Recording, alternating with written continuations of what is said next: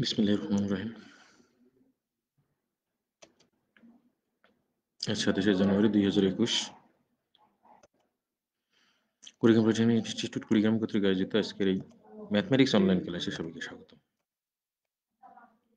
আমি প্রথমে পরিচয় দিচ্ছি যথারীতি। আমি মোহাম্মদ জাহাঙ্গীর আলম, যিনি সেটা non-tech mathematics Kurigram polytechnic institute Kurigram. আমার ইমেল নাম্বার j.math163@yahoo.com। আমার মোবাইল নাম্বার 01318996661। যথারীতি আবারও বলতেছি যে যদি তোমাদের কোনো প্রশ্ন থাকে, আমরা যদি কোনো বাড়ির কাজ দিয়ে থাকি, সেগুলো তোমরা আমার এই ইমেইলে বা উক্ত ইমো নাম্বারে অথবা কমেন্ট বক্সে জানাতে পারবে। যাই হোক, আজকের বিষয় যথারীতি ম্যাথামেটিক্স, যার বিষয় কোড 659111, প্রথম পর্ব সকল টেকনোলজি। আজকের অনলাইন ক্লাস নাম্বার 9। তাহলে পূর্বের ক্লাসে সমাধান আমরা দেব, যদি বা প্রশ্ন সবাই বেশ কয়েকজন পেরেছো, কিন্তু আমি আবার সেটা করার চেষ্টা করতেছি। আমি বলেছিলাম যে তোমরা প্রশ্ন করবে, তো প্রশ্ন তুলে আমি পরবর্তী ক্লাসে করার চেষ্টা করবো, কিন্তু ওইভাবে প্রশ্ন আসেনি। কেউ বিভিন্ন সমস্যার কথা বলছে, কিন্তু কোনটা কোনটা সমস্যা নির্দিষ্ট করে বলে নেই। পরবর্তী ক্লাসে নির্দিষ্ট করে বলবো, আমি চেষ্টা করবো। যাই হোক, আমি এই অঙ্কটা বাড়ির কাজ দিয়েছিলাম, সেটা আবার করার চেষ্টা করতেছি। এটা খেয়াল করি যে -8 - 6 √(-1), তাহলে কত আসতেছে? -8 - 6i। ঠিক আছে, তাহলে যেহেতু i মানে হচ্ছে √(-1), তাহলে আমরা এটাকে ভাঙা নেই 2 × 3i, মানে যেখানে i থাকবে, উদ্দেশ্য থাকবে যে জায়গাটায় i থাকবে সেটাকে টুয়াইস এবি করার চেষ্টা করব। চেষ্টা নয়, অবশ্যই করতে হবে, টুয়াইস এবি করতে হবে। তাহলে 2 বের করে নিলাম যথারীতি। তাহলে আর থাকলো এখান থেকে 3 যে থাকলো, এই 3টাকে আমরা এবি তৈরি করব। তাহলে কি হবে? 3 × 1 × i আমরা করতে পারি যেহেতু এখানে। তাহলে এখন আমাকে এমন জিনিস করতে হবে যে দুইটা থাকলো, এই দুইটো সংখ্যা, এটাকে বর্গ করলে বিয়োগ করলে -8 হবে। বর্গ করলে বিয়োগ করলে -8 হবে। তাহলে দেখা যায় 3 × 3 = 9, 1 × 1, তাহলে 9 থেকে 1 গেলে 8 হয়। তাহলে বিয়োগ যখন আসবে তখন অবশ্যই বড় সংখ্যার সামনে মাইনাস থাকবে। তাহলে যথারীতি প্রথমে যেটা থাকবে সেটা থাকবে ধনাত্মকটা, মানে প্লাসটা, আর পরেরটা থাকবে ঋণাত্মকটা। অর্থাৎ আমরা 1টা আগে লিখছি, 2 × 3 2 × 3 × 1i -9, কেননা 1 স্কয়ার -3 স্কয়ার, মানে 3 × 3 = 9 হচ্ছে, ইকুয়াল -8। ঠিক আছে, তাহলে আমার এটা ঠিক থাকলো, -8 ঠিক থাকলো। তাহলে আমার কোনো সমস্যা হলো না, যেহেতু সমান চিহ্ন থাকা মানে উপরে যা আছে ক্যালকুলেশন করে আমাদের নিচে ঠিক রাখতে হবে। তাহলে এখন আসি তৈরি করে। তাহলে a square minus twice a হচ্ছে 1, b তাহলে কি হবে? থ্রাইস i, যেহেতু i একটা আছে, thrice i plus b square, মানে থ্রাইস i হোল স্কয়ার। যথারীতি যেহেতু এটা যদি a হয় তাহলে এটা b, তাহলে আমাদের সূত্র কি ছিল? a square minus twice ab plus b square. তাহলে আমার ঠিক আছে, i স্কয়ার ইকুয়াল -1, তাহলে -9, মাইনাসে প্লাসে -9। ঠিক আছে, তাহলে a plus b whole square by minus b whole square. যাই হোক, তাহলে আমাদের যথারীতি এটাকে বর্গমূল করলে প্লাস মাইনাস √(, এটা ঠিক আছে। যদি সমস্যা থাকবে তারা অবশ্যই জানাবে।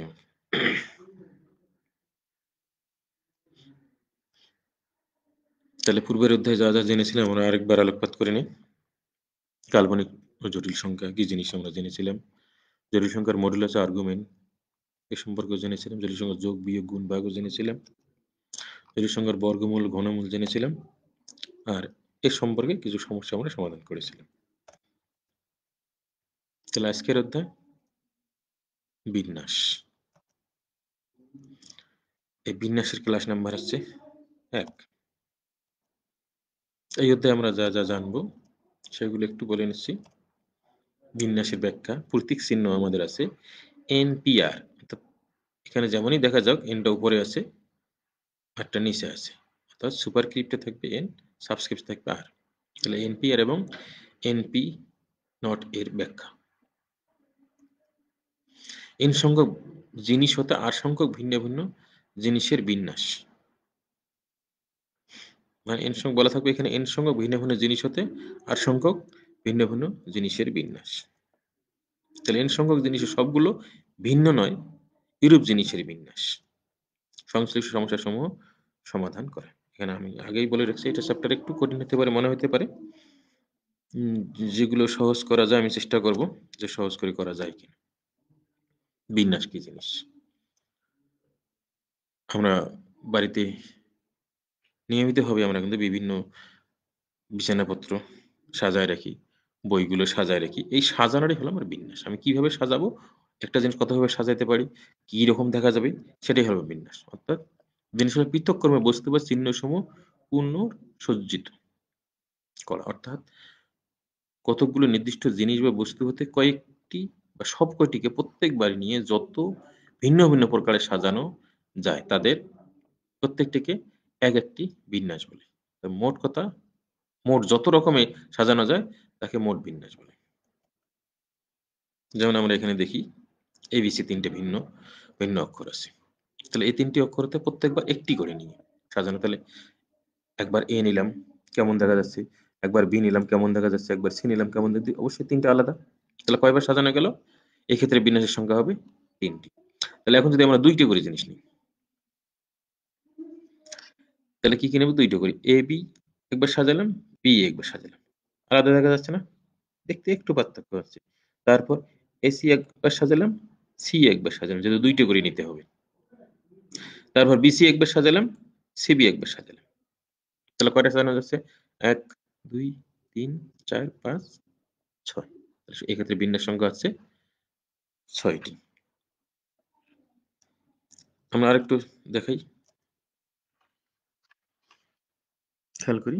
এ বি সি আমাদের আছে তিনটি করে নিই, তিনে তিনটে একবারে যদি আমরা সাজাই দিই, তাহলে একবার এ যদি প্রথমে নেই A B C A C B, যদি বি দিয়ে শুরু করি তাহলে B A C B C A, যদি সি দিয়ে শুরু করি তাহলে C A B C B A. একটু হলে ক্লিয়ার হয়। আমরা যদি চারটি করে নেই, একটু খেয়াল করেন, তাহলে এ বি সি ডি, ঠিক আছে, এ বি ডি সি, ঠিক আছে। তারপর বি গেল, এরপর যদি বি আছে তাহলে এখন সি, তাহলে এ সি, তাহলে বি ডি, তাহলে এ সি, তাহলে কি থাকতেছে আমার দুইটা অক্ষর ডি বি, ক্লিয়ার। তাহলে আবার আসি এ ডি বি সি, এইভাবে এ ডি সি বি, একবার চেষ্টা করিও। তাহলে আমরা এ প্রথমে নিলাম, তারপর বি প্রথমে নিলাম, সি প্রথমে নিলাম, ডি প্রথমে। তাহলে আমার সাজানোগুলো হচ্ছে A B C D, A B D C, A C B D, A C D B, A D B C, A D C B. এখন বি নিয়ে B A C D, B A D C, B A C D, B C A D, B C D, B D A C, B D C A. এভাবে একবার দেখো, বোঝার চেষ্টা করো, যথারীতি প্রশ্ন থাকলে প্রশ্ন করো। তাহলে আরেকবার, এবার না দুইটি করি, দুইটি করে একবার খেয়াল করো। আমাদের চারটে জিনিস, সার্কেল, ট্রায়াঙ্গেল, রেক্ট্যাং, স্কোয়ার, প্লাস। তাহলে দুইটিকে নিলাম, তাহলে এই দুটো সাজালাম কেমন দেখা যাচ্ছে? প্রথমে এই দুটো, এই দুটো, তারপর এই দুটো, তারপর এই দুটো, ঠিক আছে। এখন আমরা এটা সামনে নিলাম, তাহলে প্রথমে কি হবে? এইটা, তাহলে এখান থেকে এটা, এখান থেকে এটা, ঠিক আছে।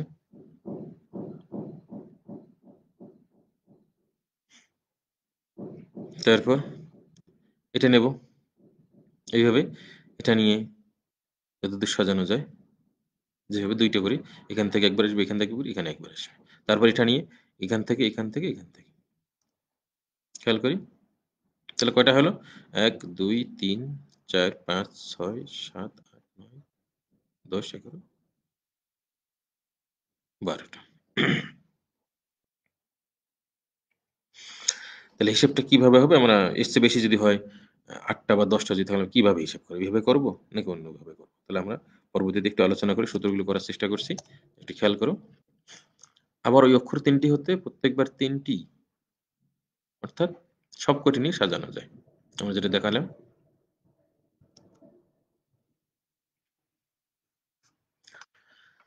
তাহলে আরেকটা চেষ্টা করি অন্যভাবে। যে মনে করো আমরা রংপুর থেকে ঢাকা হয়ে চট্টগ্রাম যাব। ধরে নিলাম যে রংপুর থেকে ঢাকা যেতে আমাদের কয়টা পথ লাগে? ২ টি পথ। ধরে নিই ঢাকা থেকে চট্টগ্রাম যেতে ৩ টি পথে যাওয়া যায়। তাহলে আমি কি করব রংপুর থেকে ঢাকা হয়ে চট্টগ্রাম যাবো। তাহলে কত উপায়ে কতভাবে যেতে পারবো? এটাই হলো আমার বিন্যাস। তাহলে ১ম আমি কি করব? রংপুর থেকে ঢাকা গেলাম। তাহলে কি পেলাম? এখন ঢাকা থেকে কি করব? এই পথে আসলাম, আবার এই পথে আসলাম, আবার এই পথে আসলাম। তাহলে কয়টা পেলাম? ৩ টা। আমি ১ম এই পথে এসে আমি রংপুর থেকে ঢাকা হয়ে চট্টগ্রাম পর্যন্ত আসলাম ৩ পথে। তাহলে আবার আমি রংপুর থেকে এই পথে ঢাকা আসবো। আসলাম। আসার পরে আবার আমি কি করব? চট্টগ্রাম যাবো এই পথে একবার যাবো। অথবা এই পথে যেতে পারবো, অথবা এই পথে যেতে পারবো। তাহলে কয়টা পথ পেলাম? ৩ টি পথ। তাহলে মোট কয়টা পথ হলো? ৬ টি। তাহলে একটা এখানে জিনিস খেয়াল করি। আমার এখানে ছিল কয়টা পথ? ২ টা। আর এখানে হলো ৩ টা। তাহলে ১ম কাজটা আমরা যেভাবে সম্পন্ন মানে ১ম আমরা যেভাবে যেতে পারলাম মানে ১ম এ ২ উপায়ে যেতে পারলাম। আর পরে যেতে পারবো আমরা ৩ উপায়ে। তাহলে ২ টি একবারে যদি আমরা করতে যাই, অর্থাৎ রংপুর থেকে ঢাকা হয়ে যদি আমরা চট্টগ্রাম যেতে চাই, তাহলে আমার কাজ হবে কি? ২ গুণ ৩ অর্থাৎ 6 যা আমরা পেয়েছি। ঠিক আছে? তাহলে ১ম কাজটি সম্পন্ন করার পর ২য় কাজটি যত উপায়ে সম্পন্ন করে ২ টি কাজ একত্রে হবে। ১ম কাজ কিন্তু পরবর্তী কাজ। তাহলে দেখি, মনে করি একজন যাত্রী রংপুর হতে ২ টি ভিন্ন উপায়ে ঢাকা যেতে পারে এবং ঢাকা হতে ৩ টি ভিন্ন উপায়ে চট্টগ্রাম যেতে পারে। তাহলে উক্ত যাত্রী রংপুর হতে ঢাকা হয়ে চট্টগ্রাম যেতে পারবে মোট 2 3 6 উপায়। যা আমরা দেখাইলাম। অর্থাৎ যদি কোনো একটি কাজ m সংখ্যক উপায় এবং অন্য আরেকটি কাজ n সংখ্যক উপায়ে করা যায়, তবে কাজ ২ টি করা যাবে মোট m into n উপায়। আমরা যেটা বললাম 2 into 3 উপায়। ঠিক আছে? এখন আসি ফ্যাক্টোরিয়াল। ফ্যাক্টোরিয়াল একটু তোমাদের হয়তোবা ১ম এ ফ্যাক্ট লাগতেই পারে, খারাপ লাগতে পারে। দেখি। কোনো স্বাভাবিক সংখ্যা n এর ফ্যাক্টোরিয়াল বলতে বুঝি ১ থেকে n পর্যন্ত সকল স্বাভাবিক সংখ্যার গুণফল। একে এই চিহ্ন দ্বারা। এই চিহ্নটার নাম হচ্ছে ফ্যাক্টোরিয়াল চিহ্ন দ্বারা প্রকাশ করা হয়। তাহলে আমরা দেখি অন্যভাবে একটু দেখার চেষ্টা করি। যেমন 2 ফ্যাক্টোরিয়াল অর্থাৎ 2 into 1 মানে ১ থেকে ২ পর্যন্ত সংখ্যার গুণফল। 3 ফ্যাক্টোরিয়াল তাহলে 3 to 1 তাহলে 1 2 3 ১ থেকে ৩ পর্যন্ত সংখ্যা গুণফল। সেটাই হলো আমার ফ্যাক্টোরিয়াল। ঠিক আছে? এখানে বলা ছিল ১ থেকে n পর্যন্ত সকল স্বাভাবিক সংখ্যার গুণফল। ১ থেকে ৩ পর্যন্ত যেহেতু ৩ কথা বলা আছে এখানে, তাহলে ১ থেকে ৩ পর্যন্ত সকল স্বাভাবিক সংখ্যার গুণফল। তাহলে ফ্যাক্টোরিয়াল 4 যেটা দেওয়া আছে, তাহলে ১ থেকে ৪ পর্যন্ত সংখ্যার গুণফল। তাহলে 1 2 3 4 কত হয় গুণ করলে? যেটা হবে সেটা হবে। আর ক্যালকুলেশন আমরা দেখাবো। আমাদের ক্যালকুলেটরে এই চিহ্নটাই আছে। কিন্তু আমরা অনেক সময় এই চিহ্নটা কোনো বইয়ে বা থাকতে পারে যে ফ্যাক্টোরিয়াল মনে করো ৫ এরকম চিহ্ন থাকতে পারে। এর বদলে এই ফ্যাক্টোরিয়াল চিহ্ন এটার বদলে এইরকম চিহ্ন থাকতে পারে। তাহলে তাহলে কি হবে? তাহলে 1 2 3 4 5 যেটা হবে আর কি ক্যালকুলেশন করলে আমরা ক্যালকুলেশন জানি কত 120 অথবা আমাদের ক্যালকুলেটর চাপলে একবারে চলে আসবে আমরা এটা দেখানো জরুরি নয় ক্যালকুলেশনে একবারে ক্যালকুলেটর চাপে যেটা অ্যান্সার আসবে আমরা সেটি অ্যান্সার লেখার চেষ্টা করব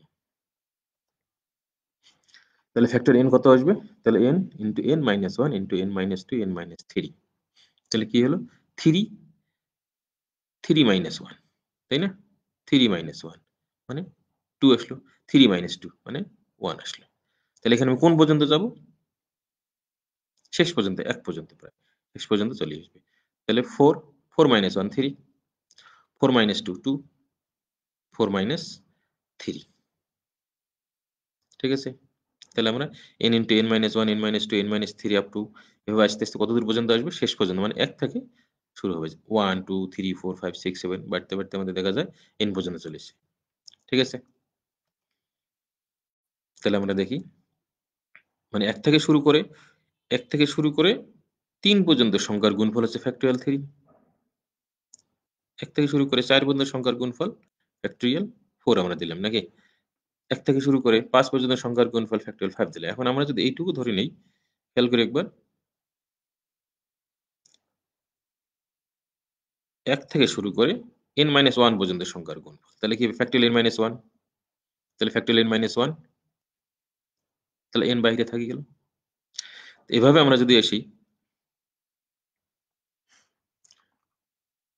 n-2 পর্যন্ত সংখ্যার গুণফল কি হবে 1 থেকে শুরু করে ফ্যাক্টরিয়াল n-2 তার মানে n into n-1 থাকলো n into n-1 থাকলো সাথে হলো আমাদের ওইটা থেকে 1 বিয়োগ আমরা এটাই দেখাইছি সরাসরি যে n into ফ্যাক্টরিয়াল n হচ্ছে তাহলে n বাইরে আসলো সাথে 1 বিয়োগ হলো তাহলে আমার এটা যদি ফ্যাক্টরিয়াল আসে খেয়াল করে এটা যদি ফ্যাক্টরিয়াল আসে তাহলে এটা বাইরে আসবে আবার এর থেকে 1 বিয়োগ তাহলে n-2 এটা খারাপ লাগতে পারে আমরা চেষ্টা করব বেশি খারাপ লাগানো যাবে না মনোযোগ দেওয়ার চেষ্টা করি n সংখ্যক তাহলে আবার এখন আমার এই চ্যাপ্টারে চলে n সংখ্যক ভিন্ন ভিন্ন জিনিস হতে প্রত্যেকবার r সংখ্যক খেয়াল করবো n greater than or equal তাহলে r এর মান n এর থেকে বেশি হবে না কারণ আমার জিনিস যদি আমার 3টা থাকে তাহলে আমি 4টে নিয়ে ক্যালকুলেশন করতে পারবো তাহলে 3টে অথবা 2টে নিয়ে ক্যালকুলেশন করতে হবে প্রত্যেকবার r সংখ্যক জিনিস নিয়ে প্রাপ্ত বিন্যাস সংখ্যা হবে npr বা এভাবে প্রকাশ করতে পারি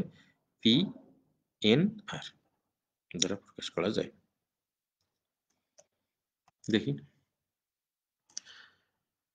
তাহলে এনপিআর নির্ণয় করতে হবে এনপিআরটা কি জিনিস তাহলে এন সংখ্যক জিনিসের প্রত্যেকে ভিন্ন ভিন্ন এন গ্রেটার দেন ইকুয়াল দেখি অর্থাৎ ভিন্ন ভিন্ন এন সংখ্যক জিনিস দ্বারা আর সংখ্যক শূন্যস্থান যত উপায় পূরণ করা যাবে তা হলো এনপিআর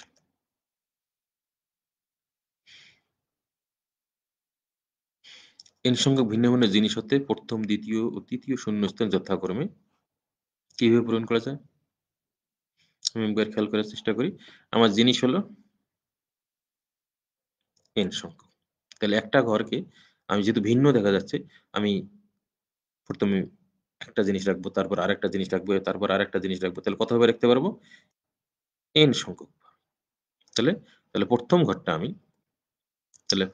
আমি কিভাবে সাজাতে পারবো এন সংখ্যক উপায় তাহলে একটা সাজালাম শেষ তাহলে আমার জিনিস থাকলো একটা বাদ যাবে n-1 তাহলে একটা যখন বাদ গেল তাহলে আমার জিনিস থাকলো n- তাহলে পরবর্তী আরেকটা ঘর আছে মানে দ্বিতীয় ঘরটা তাহলে কিভাবে সাজাতে পারবো n-2 উপায় তাহলে প্রথম ঘরটা সাজালাম আমরা n সংখ্যক উপায় দ্বিতীয় ঘরটা সাজাবো n-1 সংখ্যক উপায় n-1 সংখ্যক উপায় তাহলে এইভাবে এখান থেকে তাহলে এটা সাজানো শেষ এটাও এখানে বসে আছে এবার এখানেও চলে এসলো তাহলে আরেকটা কমে গেল তাহলে আমার থাকলো আরেকটা জিনিস হাতে একটা কমে গেল n-2 সংখ্যক বস্তু থাকবে মানে আমাদের এখান থেকে যদি আমরা 1 বিয়োগ করি 1 বাদ দেই একটা বস্তু বা জিনিস তাহলে থাকবে কত n-2 এখন n-2 তাহলে তৃতীয় ঘরে আমরা বসাবো n-2 তৃতীয় ঘরে এই যেহেতু বস্তু হচ্ছে জিনিস হচ্ছে আমাদের n-2 তাহলে n-2 সংখ্যক উপায়ে সাজানো যাবে তাহলে প্রথম শূন্যস্থান পূরণের ক্ষেত্রে np1, প্রথম শুধু শূন্যস্থান আমরা লিখি np1 সমান n। তাহলে np2 কত হবে? দ্বিতীয় শূন্যস্থান পূরণ, মানে দ্বিতীয় বলতে 1 থেকে শুরু করে এই 2 পর্যন্ত প্রথম দুইটা ঘর। তাহলে আমরা এটাই হবে আমার np2। তাহলে প্রথম দুইটা ঘর আমরা কিভাবে সাজাবো? তাহলে প্রথম কাজটা সম্পন্ন করবো n উপায়, আর দ্বিতীয় কাজটা সম্পন্ন n-1 উপায়। তাহলে দুইটি কাজ একত্রে যে করতে যাই তাহলে কি হবে? n into n-1, আমরা যেটা আগে দেখছিলাম 2 into 3। তাহলে প্রথম দুইটি শূন্যস্থান পূরণের ক্ষেত্রে np2, এটা লেখা হচ্ছে np2, তাহলে n into n-1। তাহলে আমরা যে তিনটার ক্ষেত্রে আসি, তিনটি কাজ একবারে কিভাবে সম্পন্ন করা যায়? তাহলে তিনটি কাজ যেভাবে হবে np3, n into n-1, n-2। একটু হলেও কষ্ট লাগবে, একটু তারপরে মনোযোগ দাও, আবারও বলছি একটু মনোযোগ দাও। এভাবে প্রথম 4 টি শূন্যস্থান পূরণের ক্ষেত্রে কি হবে? np4, n into n-1, n-2, n-3 এভাবে আসবে। আমরা খেয়াল করি, একটা দেখাইছি যেখানে প্রথম স্থানটা n সংখ্যক উপায়ে, n সংখ্যক বস্তু ছিল, আমি পূরণ করলাম n সংখ্যক উপায়ে। তারপর একটা বস্তু চলে গেল আমার, n-1 থাকলো, তাহলে এই বস্তুর n-1 সংখ্যক উপায়ে সাজাতে পারলাম। আরেকটা চলে গেল n-2 হলো, তাহলে আমরা পারলাম n-2 সংখ্যক উপায়ে সাজাতে পারলাম। এভাবে n-3 থাকলো, তাহলে n-3 সংখ্যক উপায়ে পরবর্তী। তাহলে খেয়াল করি, তাহলে এটা হলো আমার np1, তাহলে প্রথম ঘর এভাবে সাজালাম। তাহলে প্রথম দুইটা ঘর এভাবে, তাহলে প্রথম তিনটা ঘর এইভাবে, তিনটে গুণ হবে। তাহলে প্রথম 4 টি ঘর এভাবে, তাহলে প্রথম 5 টি ঘর এভাবে, এভাবে প্রথম 6 টি ঘর কিভাবে আসবে? তাহলে সবগুলো গুণ হবে। ঠিক আছে? খারাপ লাগতেছে খুব? আরেকটু মনোযোগ দাও। অনুরূপ 8 সংখ্যক শূন্যস্থান পূরণের ক্ষেত্রে আমরা পাই, কি পাবো? npr, n into n-1, n-2, n-3 dot dot n minus r minus. আমরা একবার পূর্বের পৃষ্ঠাটা দেখে আসি, একটু খেয়াল করি। যখন এখানে 2, তখন এখানে কি আছে? 1, মানে 1 কম আছে। 2 এর থেকে 1 কম। n ঠিক আছে প্রত্যেকটাতে।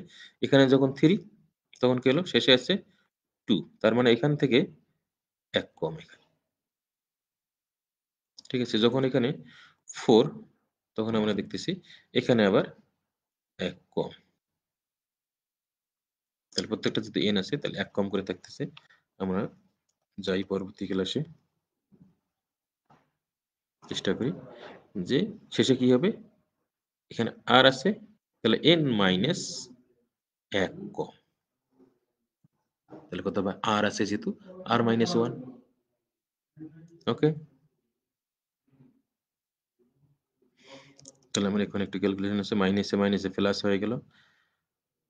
এটাই হলো আমার npr। এটাকে আমরা ছোট করার চেষ্টা করছি,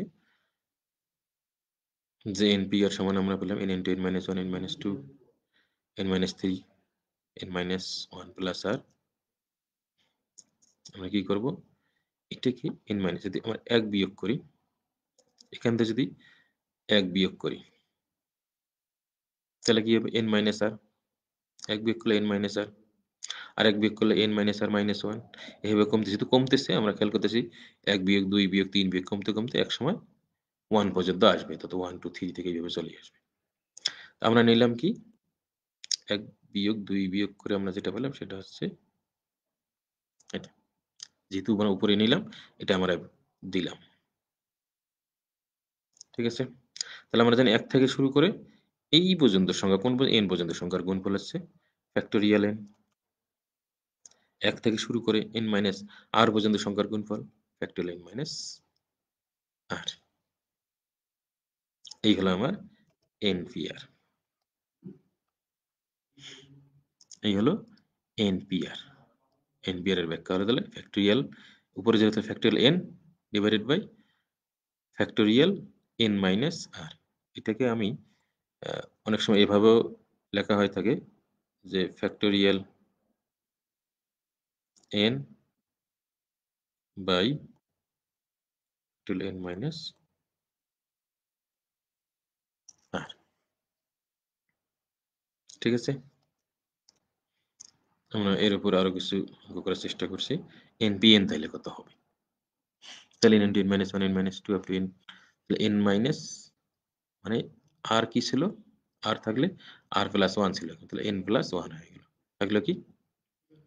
nn চলে গেল কি থেকে 1, শেষে যেহেতু 1 তাহলে তার আগে 2 থাকবে, তার আগে 3 থাকবে, তাহলে কত হবে? Factorial n। তার মানে npn মানে হচ্ছে ফ্যাক্টোরিয়াল n। এটা আমাদের আরেক কেস। তাহলে npn হচ্ছে আবার এটা, আমরা জানি এটা factorial n, factorial n minus n হবে, যেহেতু ফ্যাক্টোরিয়াল npr হচ্ছে factorial n by factorial n minus r। Factorial n minus r এর এখানে যদি n হয় তাহলে এই জায়গায় n হবে, তাহলে এটা কত হলো? 0 0। তাহলে এই ফ্যাক্টোরিয়াল n এই ফ্যাক্টোরিয়াল n বাদ যায়, 1 equal 1 by factorial 0, 1 equal 1 by factorial 0। আমরা যদি একটা r গুণ করে নেই তাহলে কি হবে? ফ্যাক্টোরিয়াল 0 সমান 1। তাহলে আমরা নতুন জিনিস জানলাম, ফ্যাক্টোরিয়াল 0 এর মান হচ্ছে 1। তাহলে এটাই হলো আমার ফ্যাক্টোরিয়াল চিহ্ন।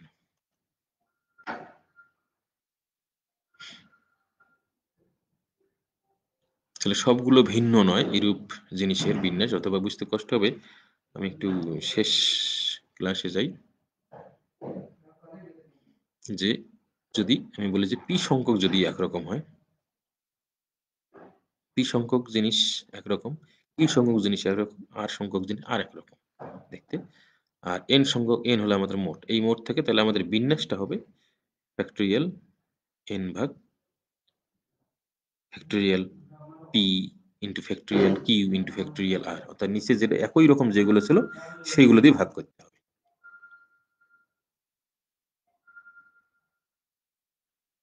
ঠিক আছে, যেগুলো একই রকম ছিল, p সংখ্যক ছিল একরকম, q সংখ্যক একরকম, r সংখ্যক আর একরকম।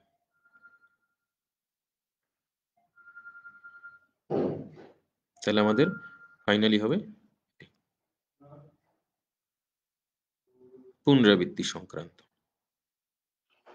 n সংখ্যক ভিন্ন ভিন্ন জিনিস হতে প্রত্যেকবার r সংখ্যক জিনিস নিয়ে বিন্যাস নির্ণয় করতে হবে, যেখানে যে কোনো জিনিসের r সংখ্যকবার পুনরাবৃত্তি ঘটতে পারে, আবার আসতে পারে ওই জিনিসটা। সেই ক্ষেত্রে কি হতে পারে? এখানে n সংখ্যক জিনিস দ্বারা r সংখ্যক শূন্য স্থান যত প্রকারে পূরণ করা যায় তা হলো নির্ণয় বিন্যাস সংখ্যা। তাহলে এই ক্ষেত্রে প্রথম, দ্বিতীয়, তৃতীয় স্থান n সংখ্যক উপায়ে পূরণ করা যায়, কারণ সবগুলো জিনিস বারবার ব্যবহার করা যায়। সুতরাং তিনটি স্থান একত্রে n into n into n, n cube উপায়ে পূরণ। তাহলে যদি আমরা আসি r সংখ্যক জিনিস নিয়ে বিন্যাস সংখ্যা হবে n to the power r। একটু কষ্ট হতে পারে, আমরা পরবর্তীগুলো দেওয়ার চেষ্টা করি। যেমন টেলিফোন ডায়ালে কি থাকে? 0 থেকে 9 পর্যন্ত লেখা থাকে। তাহলে আমরা ধরে নিলাম যদি কুড়িগ্রাম শহরে টেলিফোন নম্বরগুলি 5 অঙ্ক বিশিষ্ট হয়, তবে ওই শহরে কতজনকে টেলিফোন সংযোগ দেওয়া যেতে পারে? 5 অঙ্ক বিশিষ্ট হবে, আমার অঙ্ক হচ্ছে 10টা। দেখি, যেহেতু কুড়িগ্রাম শহরের নম্বরগুলি 5 অঙ্ক বিশিষ্ট, সুতরাং 5 অঙ্ক বিশিষ্ট সংখ্যার প্রথম অঙ্কটি শূন্য বাদে, শূন্য হবে না। আমরা যেটা দেখি যে 0581 আছে, এটা কিন্তু 0টা হলো আমাদের 05 এর হলো কোড, অতএব ওই 0 না, আমাদের পরবর্তী যে নাম্বারগুলো সেটাই হলো কুড়িগ্রাম শহরের নাম্বার ধরা হয় না। তাহলে বাকি কয়টা থাকলো? 9টা। এই 9টা অঙ্ক আমি কি উপায়ে পূরণ করব? 9টা উপায়, 9টি অঙ্ক দ্বারা পূরণ করা যাবে 9 উপায়। তাহলে প্রথম অঙ্কটি শূন্য বাদে 9টি অঙ্ক দ্বারা পূরণ করা যাবে 9 উপায়, কারণ টেলিফোন নম্বর শূন্য দিয়ে শুরু হয় না। তাহলে দ্বিতীয় স্থানটি 10টি অঙ্ক দ্বারা, প্রথম স্থান পূরণ করলাম, তাহলে 10টি স্থান, তাহলে প্রথম 9টা উপায় পূরণ করলাম, 9টা থাকলো। তারপর 10টি অঙ্ক দ্বারা 10টা উপায়, দ্বিতীয় স্থান গেল। তারপর তৃতীয় স্থান হবে 10 উপায়, ঠিক আছে। চতুর্থ স্থান হবে 10 উপায়, পঞ্চম স্থান হবে 10 উপায়। তাহলে আমরা কয়টা পেলাম? তাহলে 9 আর কয়টা 10 পেলাম? 3টে 10, 4টে 10, তাহলে একটা 10, এখানে 3টে 10, তাহলে 9। অতএব নির্ণয় টেলিফোন সংযোগ সংখ্যা, তাহলে 9 × 10⁴। তাহলে এতজনকে আমরা টেলিফোন দিতে পারবো, মানে কুড়িগ্রাম শহরের এই 90,000 লোককে আমরা টেলিফোন সংযোগ দিতে পারবো। চক্রবিন্যাস একটু দেখানোর চেষ্টা করছি, যে একটা জিনিস আমরা যদি গোলাকার হিসেবে থাকি, গোলাকার যদি বিন্যাস করা হয় তাহলে কি হবে? একটি জিনিসকে স্থির রাখতে হবে, তাহলে এখানে সবগুলি নিয়ে বিন্যাস সংখ্যা কি হবে? ফ্যাক্টোরিয়াল n - 1, অর্থাৎ -1 ফ্যাক্টোরিয়াল হবে। তাহলে আমরা এখানে খেয়াল করি, এখানে উদাহরণটা এখানে আছে, তাহলে কয়টা আছে? 4টি, 1 2 3 4, তাহলে কি হবে? ফ্যাক্টোরিয়াল 4 - 1, ফ্যাক্টোরিয়াল 4 - 1 কত হয়? 6। এখানে অন্য উপায় দেখালো, তাহলে ফ্যাক্টোরিয়াল 4/4, যেহেতু 4টে ছিল, ফ্যাক্টোরিয়াল 4/4 অর্থাৎ এটা। এখন যদি বাম আবর্তে বা ডান আবর্তে একই হয়, মানে ডান পাশে বাম পাশে একই রকম ধরা হয়, এখানে খেয়াল করি কি দেখা যাচ্ছে? এই পাশে যেটা হচ্ছে, এই পাশ দিয়ে আমরা একই রকম জিনিস পাচ্ছি, তাহলে এখানে শুধু একটা নিলেই হচ্ছে, তাহলে এই দুইটা মিলে কি হবে? একটা। তারপর আরেকটু খেয়াল করি, এইটা এবং এইটা একই রকম দেখা যাচ্ছে, তাহলে এই দুইটা মিলে হলো একটা, তাহলে এই দুইটা মিলে একটা, দুইটা হয়ে গেল। এখন দেখা যায় এটা যেভাবে আবর্তন করা আছে এই পাশ দিয়ে একই রকম, তাহলে এই দুইটা মিলে একটা, তাহলে কয়টা হলো? 3টা। এখানে বললাম 6টা, আর এখানে পাচ্ছি আমরা 3টা। খেয়াল করি, এই জন্য আমাদের শুধু একটাই নাম আছে, এটা নিলাম, এটা নিলাম, এটা নিলাম না। তারপর এটা নিলাম, এটা নিলাম, তারপর এটা নিলাম, এটা নিলাম, তাহলে কয়টা হবে? 3টা হবে। তাহলে এখানে সূত্রটা হচ্ছে, যেমন সূত্র হচ্ছে n - 1/2 2 আছে, এখানে সূত্র অন্যভাবে দিলেও এইভাবে সূত্র হবে, এভাবে করা যাবে। ঠিক আছে, সূত্রগুলো যেভাবে আলোচনা করা হলো,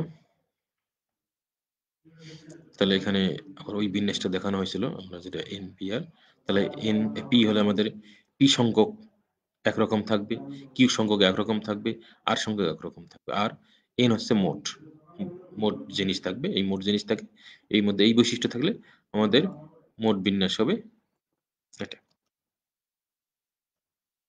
তাহলে দেখি দুই একটা অঙ্ক আছে, np3 এর মান কত হবে? তাহলে factorial n by factorial n - r, n - 3, তাহলে ফ্যাক্টোরিয়াল n কে আমরা কিভাবে লিখতে পারি?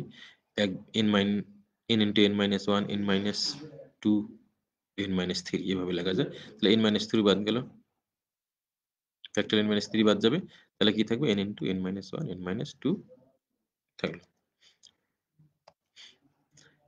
তাহলে তোমাদের বাড়ির যে কাজ থাকবে,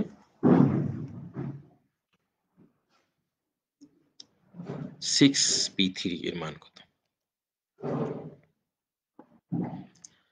তারপর np4 = 6 × nv3 যদি হয়, তাহলে n এর মান কত? তাহলে আমরা এটা সূত্র করে নেব, np4 = 6 × np3, তাহলে np4 হচ্ছে factorial n by factorial n - 4, 6 × n n - 3, তাহলে এই দুইটি যদি একই রকম তাহলে বাদ দেওয়া যায়, তাহলে দিলাম বাদ, তাহলে এটা, তাহলে এখান থেকে ছোট কোনটা বড় কোনটা? n - 4 আছে, n - 3 আছে, তাহলে এর থেকে বেশি বাদ গেছে, মানে কম বাদ গেছে, তাহলে এখানে বেশি থাকবে, এটা হচ্ছে বড়, তাহলে বড় সংখ্যাটাকে আমরা শুধু ভাঙাতে পারবো, অর্থাৎ np3 ফ্যাক্টর যদি থাকে, তাহলে np3 বের করে এর থেকে 1 বিয়োগ করলে কি হবে? তাহলে np3 × n, n - 3 × n - 4, factorial n - 4, তাহলে পরের সংখ্যার উপর আমরা ফ্যাক্টর দেব, যেমন factorial n minus factorial n টা বের হয়ে আসবে আর ফ্যাক্টরিয়াল কার উপর আসবে? এই n এর থেকে 1 বিয়োগ। তাহলে এটা আমরা লিখলাম, বের করে নিলাম, ফ্যাক্টরিয়াল থেকে বের করে নিলাম। তাহলে বিয়োগটা কার হবে? এর থেকে 1 বিয়োগ। মানে n মাইনাস 3 আমার হচ্ছে n মাইনাস 3 মাইনাস 1। 1 বিয়োগ করতে হবে। এই 1 বিয়োগ। তাহলে আমরা পাচ্ছি n মাইনাস 4। যাই হোক, লেখাটা n minus 4 factorial n minus 4। তাহলে factorial n minus 4 factorial n minus 4 বাদ যাবে। তাহলে কি থাকবে 1। তাহলে 6 ইন্টু 1 বাই n মাইনাস 3 যদি আমরা আর গুণ করে নেই তাহলে কি হবে? n minus 3 equal 6। তাহলে n ইকুয়াল 9। তাহলে তোমাদের জন্য বাড়ির কাজ যেগুলো থাকবে,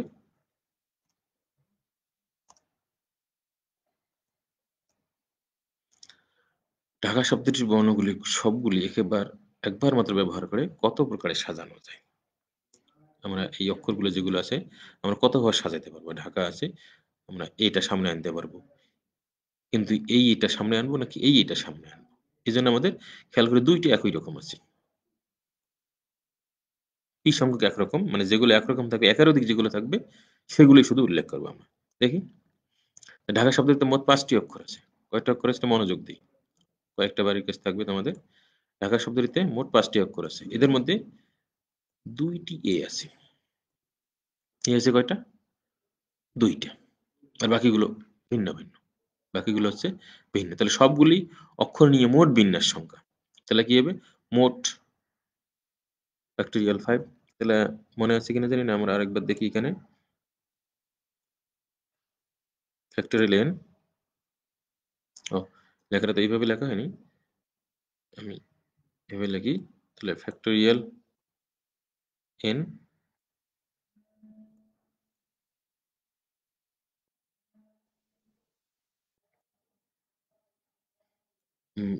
by factorial p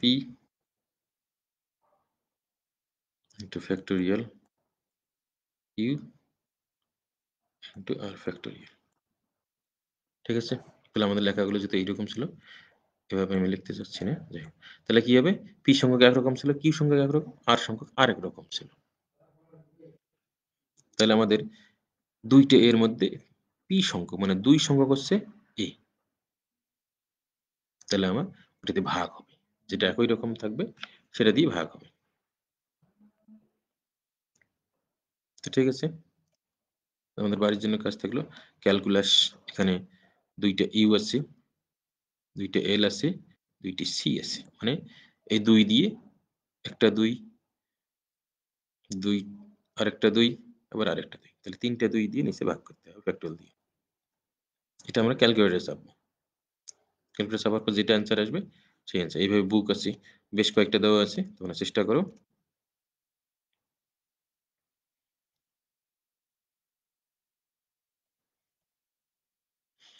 এখানে এই অঙ্কগুলি দ্বারা গঠিত 3 অঙ্ক বিশিষ্ট কতগুলি অর্থপূর্ণ সংখ্যা তৈরি করা যায়? 3 অঙ্ক বিশিষ্ট অর্থপূর্ণ। খেয়াল করি, 308 3টি নিয়ে গঠিত বিন্যাস সংখ্যা এমনিতে কত পাবো? যদি আমরা সাজাই, আমরা কতভাবে সাজানো যাবে? ফ্যাক্টরিয়াল 3। যদি সবগুলো ভিন্ন ভিন্ন আছে, ফ্যাক্টরিয়াল 3 মানে 6 উপায় সাজাতে পারবো। কিন্তু যখন শূন্য সামনে থাকবে, শূন্যকে প্রথম স্থানে রেখে বাকি 2টি অঙ্ক নিয়ে সাজানো যায় এত উপায়। কেন? যদি আমরা শূন্য সামনে নেই তাহলে সেটা 3 অঙ্ক থাকে না, 2 অঙ্ক থাকে। তাহলে এইরকম অঙ্ক কয়টা পাবো? 2টা পাবো। তাহলে এটা হবে আমার 2 অঙ্ক বিশিষ্ট, এটা হচ্ছে আমার 3 অঙ্ক বিশিষ্ট। সর্বমোট আমাদের 3 অঙ্ক। তাহলে এটা হচ্ছে এইরকম। এটা তাহলে 6 এর মধ্যে, এটাও এর মধ্যে চলে আসছে। তো বিধায় এই সংখ্যা যদি 2 অঙ্ক বিশিষ্ট তাহলে এটা থেকে এটা বাদ যাবে। তাহলে 3 অঙ্ক বিশিষ্ট অর্থপূর্ণ সংখ্যা হলো 6 মাইনাস 2। এই 6 এই 2 ইকুয়াল 4। ঠিক আছে? আবারও বলতে, যদি তোমাদের আজকের ক্লাস সহ আমার পূর্বের ক্লাস গুলোতে সমস্যা থাকে তাহলে অধ্যায়ের নাম সহ প্রশ্ন নাম্বার অথবা প্রশ্ন সহ আমার দেয়া ইমেইলে অথবা ইমো নাম্বারে পাঠাবে। পরবর্তী ক্লাসে সমাধান করার চেষ্টা করবে ইনশাআল্লাহ। তাহলে আর হ্যাঁ, চলমান এই করোনা মহামারীতে বাইরে গেলে অবশ্যই মাস্ক পরিধান সহ সকল ধরনের স্বাস্থ্যবিধি মেনে চলবে। ধন্যবাদ।